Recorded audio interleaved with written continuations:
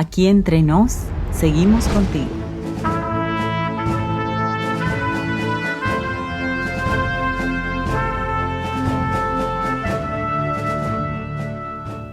¿Qué tal, amigos? Bienvenidos a Aquí Entre Nos, un programa pensado en los maestros de escuela sabática. Dejamos esa parte del Génesis que tiene que ver mayormente con los orígenes del planeta y los asuntos de tipo mundial para enfocarnos en los patriarcas que constituyen las raíces del pueblo de Israel. Y como todos sabemos, el más nombrado de ellos es Abraham. ¿Estás listo para usar esas primeras reseñas del padre de la fe con el fin de inspirar a tu clase con las enseñanzas que nos dejan tanto en sus aciertos como en sus falencias? Pues entonces, comencemos. Las herramientas básicas para cada segmento de tu repaso están en El Sábado Enseñaré, el título que identifica el material auxiliar para el maestro. Esta semana puedes revisar las ayudas del folleto de maestros en las páginas 71 a 74. Concéntrate un poco en lo que el autor del material quiere mostrar en torno a los paralelos entre Abraham y algunos personajes que se relacionaron con él. Primer segmento. Motiva. 1 minuto. Acelera el corazón de tus alumnos motivándolos con una razón válida de por qué esta lección es importante para sus vidas. Esta parte es el primer escalón de tu repaso. A pesar de ser muy corto, es vital en cuanto a ganar la atención de tus alumnos.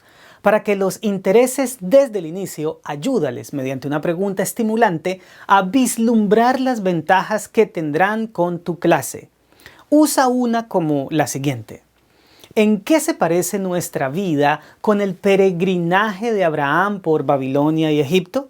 Pues sin duda, mucho más de lo que creemos. Y es precisamente en eso que se enfocará nuestro repaso de hoy. Y habiendo dicho esto, pasa con calma a la parte que sigue. Segundo segmento. Explora. 15 minutos. Extrae de la mente de tus alumnos los 3 aspectos más edificadores del carácter que la lección contiene. En estos puntos me enfocaría para el repaso. Primero, salid de Babilonia.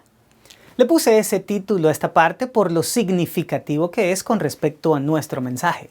Apocalipsis 14 y 18 son claves en nuestra escatología y hablan de la Babilonia del tiempo del fin, principalmente en lo que tiene que ver con su caída y con la orden divina que clama, salid de ella, pueblo mío.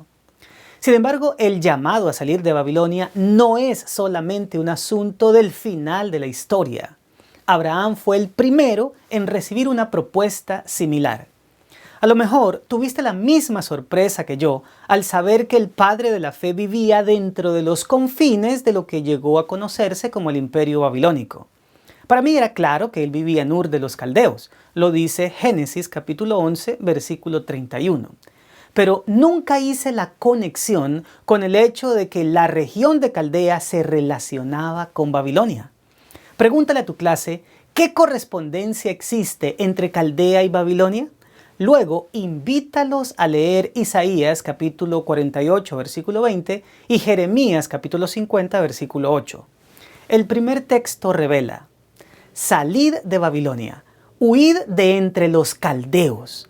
Dad nuevas de esto con voz de alegría, publicadlo, llevadlo hasta lo postrero de la tierra.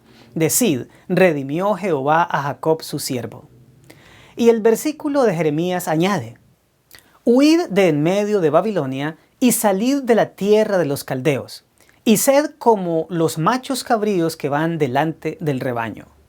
Hay 2 cosas en común en estos textos. Lo primero es que en ambos se ubica la ciudad de Babilonia dentro del territorio caldeo. Es decir, que Caldea es la región y Babilonia su ciudad más emblemática. Con eso en mente podemos decir que la ciudad de Ur, de donde Abraham era oriundo, pertenecía al mismo territorio y que por tal razón compartían las mismas creencias y la misma cultura.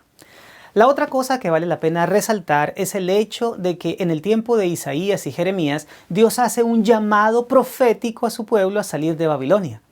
Pues bien, esa ciudad llegó a ser tan significativa que se convirtió en la insignia de un enorme imperio. Por lo tanto, cuando Dios le hizo el llamado a Abraham a salir de su tierra y de su parentela, literalmente le estaba haciendo la invitación a salir de la influencia babilónica. Esto tiene un significado importante en nuestro tiempo, porque cuando cada uno de nosotros aceptamos el llamado divino a seguir al Señor, literalmente estamos saliendo de la confusión propia de las tinieblas a la luz admirable de nuestro Dios. Así que Abraham desde el comienzo fue nuestro ejemplo de fe para salir de donde estábamos enraizados a un viaje con Dios. ¿Qué crees que fue lo que hizo que Abraham se decidiera a dejar todo lo que conocía y aceptara la desafiante invitación divina? Conversen sobre eso con la clase tras leer Génesis 12 del 1 al 3. El texto nos dice: Pero Jehová había dicho a Abraham: Vete de tu tierra y de tu parentela, y de la casa de tu padre a la tierra que te mostraré. Y haré de ti una nación grande, y te bendeciré, y engrandeceré tu nombre, y serás bendición. Bendeciré a los que te bendijeren, y a los que te maldijeren maldeciré, y serán benditas en ti todas las familias de la tierra. Sin duda, este es un texto inspirador. El solo hecho de pensar en todo lo que Dios estaba prometiendo es asombroso. Sin embargo, más allá de tales promesas, podemos ver que para Abraham era un privilegio llegar a ser el originador del pueblo del que provendría el Mesías, porque en el mundo entero sería bendecido. Sin embargo, estas cosas no las vería en vida, solo podía creerlas por fe. Para mí la frase clave es: y serás bendición. No creo que Abraham se vio impulsado por las promesas de ganancias materiales, puesto que ya disfrutaba de una vida de comodidad en Ur. Sin embargo, saber que Dios lo iba a convertir en una bendición para los demás es, en mi opinión, lo que probablemente movió a este hombre a aceptar el llamado del Señor. Y eso nos ubica en el siguiente punto: no vayas a Egipto. Génesis 12 es un capítulo lleno de contrastes. Los primeros 5 versículos nos hablan del llamado de Dios a Abraham a dejar todo lo que conocía. Luego los versículos 6 al 8 nos describen sus primeros recorridos en Canaán. Pero a partir del verso 9 sucede algo impensable. Pregúntale a tu clase: ¿qué sucedió poco después de estar en la tierra prometida? Ahora llévalos a leer en Génesis capítulo 12, versículo 10. El texto nos dice: Hubo entonces hambre en la tierra, y descendió Abraham a Egipto para morar allá, porque era grande el hambre en la tierra. Sin duda, tus alumnos van a notar al instante que Abraham decidió irse para Egipto debido a que había hambre en la tierra. Y esa expresión nos hace pensar en un asunto serio. Es importante resaltar que el territorio caldeo y el egipcio compartían la similitud de gozar del riego natural de la tierra a través de ríos. En el norte, de donde él venía, estaban el Tigris y el Éufrates, y en el sur el imponente Nilo. Pero Canaán era una región muy distinta. A diferencia de Caldea y Egipto, donde la irrigación para los cultivos corría por la superficie, en la tierra prometida se dependía de las lluvias para que las cosechas fueran abundantes. En otras palabras, una cosa era ver literalmente el agua corriendo y otra esperar a que cayera. Así que, de acuerdo con la lógica humana, en un momento de sequía, lo más prudente era ir a Egipto por un tiempo. Pero hay algo más. Podemos aprender lecciones importantes de este relato, tanto por lo que dice como por lo que no dice. Mira, mientras Abraham está en el país de las pirámides, se torna un hombre mentiroso, o para ser preciso, que habla verdades a medias. Su comportamiento es como el que confía en su propio criterio, sus jugadas y su astucia, sin tener a Dios en cuenta. No dice la verdad en cuanto a su relación con Sarai y la usa para tener ganancias económicas mientras pone en riesgo su relación conyugal. En toda la narración de la estadía en Egipto, Dios es mencionado solo una vez, dándose a entender que Abraham iba por su cuenta y casi termina perdiendo su hogar, si no es porque el Señor intervino hiriendo a Faraón con grandes plagas por causa de Sarai. Lo destacable aquí es que en Egipto y Mesopotamia el riego está abajo en la superficie de la tierra, pero en Canaán venía de arriba y se esperaba por la fe. Lastimosamente, Abraham busca seguridad en lo visible porque todavía no tenía claro que la suya debía ser una vida completamente dominada por la fe. Es decir, la confianza en lo que se está esperando y la seguridad en lo que no se está viendo. Eso me hace recordar un incidente que sucediera décadas más tarde con su hijo. Cuando Isaac ya era un patriarca y había heredado todos los bienes de su padre, vino de nuevo otra hambruna, seguramente producida por la sequía. ¿Qué ocurrió con Isaac que nos muestra lo que Dios quería hacer en tiempos de Abraham? Pregúntale eso a tu clase y luego léeles Génesis 26, versículos 1 al 3 y luego los versículos 6, 12 y 13. La palabra de Dios refiere: Después hubo hambre en la tierra, además de la primera hambre que hubo en los días de Abraham. Y se fue Isaac a Abimelec, rey de los filisteos, en Gerar. Y se le apareció Jehová y le dijo: No desciendas a Egipto, habita en la tierra que yo te diré. Habita como forastero en esta tierra, y estaré contigo, y te bendeciré, porque a ti y a tu descendencia daré todas estas tierras, y confirmaré el juramento que hice a Abraham tu padre. Los versículos 6, 12 y 13 añaden: Habitó pues Isaac en Gerar, y sembró Isaac en aquella tierra, y cosechó aquel año 100 por 1, y le bendijo Jehová. El varón se enriqueció y fue prosperado y se engrandeció hasta hacerse muy poderoso. Estas dos historias son relatos paralelos. En ambos casos hay una hambruna y una situación con la esposa del respectivo patriarca. Pero a diferencia de lo que sucedió con Abraham, Isaac consulta a Dios y el Señor le dice claramente: no desciendas a Egipto, quédate. Ante tal opción, con todas las perspectivas humanas en contra, el hijo de la promesa se quedó en la seca Canaán y sembró. En condiciones de sequía y escasez, el grano se racionaba para ser usado durante el mayor tiempo posible como alimento. Pero Isaac confió que Dios estaba con él e hizo lo que los demás consideraban locura. Lo sembró en la tierra árida durante una temporada sin lluvias. La Biblia no dice si llovió o no. Lo que indica es que Dios le dio una cosecha al 100 por 1, lo que significa que fue la más abundante de todas. Como efecto secundario, hay 4 adjetivos acumulativos que describen lo que sucedió con él. El varón se enriqueció y fue prosperado y se engrandeció hasta hacerse muy poderoso. Esto da a entender que el resultado de la bendición de Dios en términos materiales fue muy superior a lo que recibió como herencia de su padre. En otras palabras, si Abraham fue rico, Isaac fue multimillonario. ¿Por qué? Porque escuchó a Dios y no se fue a Egipto, donde su confianza estaría puesta en el riego del Nilo, sino que se quedó en Canaán y creyó que su sustento venía de arriba. Sin duda, una lección extraordinaria para los que vivimos hoy en el terreno de la fe. Pero vayamos ahora al punto final: conflictos en Canaán. Si bien es cierto que en la Canaán celestial no tendremos ningún tipo de situación conflictiva, mientras Abraham estaba en la terrenal, sí tuvo que pasar por asuntos difíciles. La lección los denomina conflictos internos y externos. Los primeros en su familia, los segundos con sus vecinos.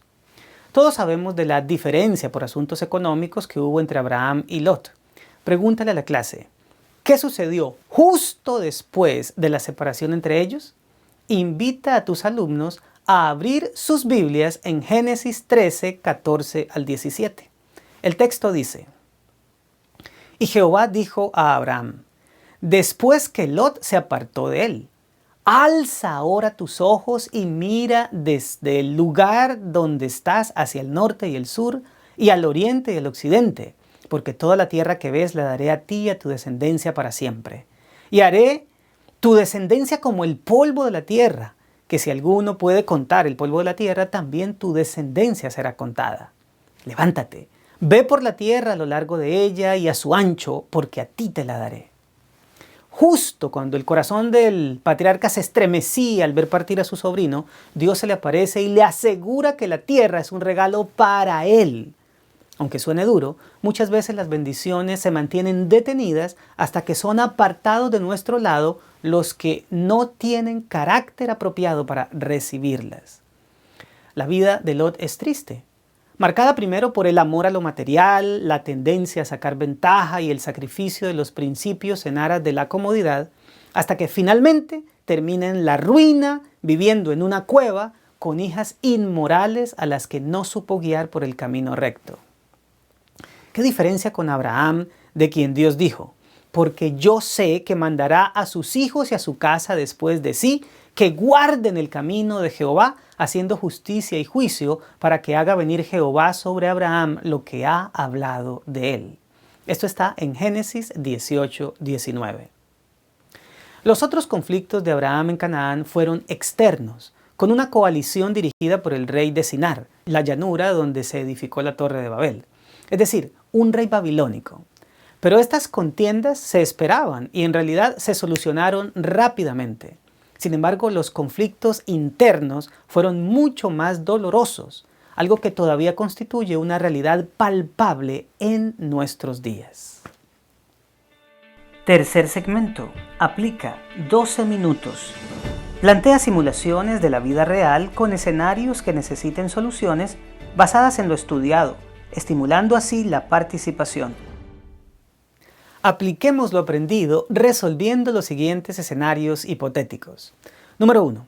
Imagina que tu mejor amigo quiere bautizarse en la iglesia, pero su familia lo presiona a no hacerlo porque tal decisión traicionaría las tradiciones de ellos. ¿Cómo lo animarías a hacer lo correcto usando la historia de fe de Abraham? Número 2. Supón que en tu trabajo necesitan que labores por un sábado al mes durante un trimestre para poder cumplir con un compromiso importante de la compañía.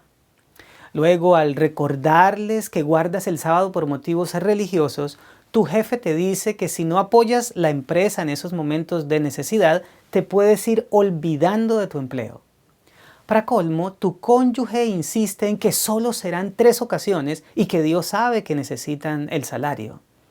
¿Cómo te ayudaría la experiencia de Isaac en contraste con la de Abraham para tomar una decisión firme? Finalmente, ¿por qué crees que los conflictos que se presentan internamente en la iglesia son más difíciles que los externos que provienen del mundo? Cuarto segmento. Crea 2 minutos.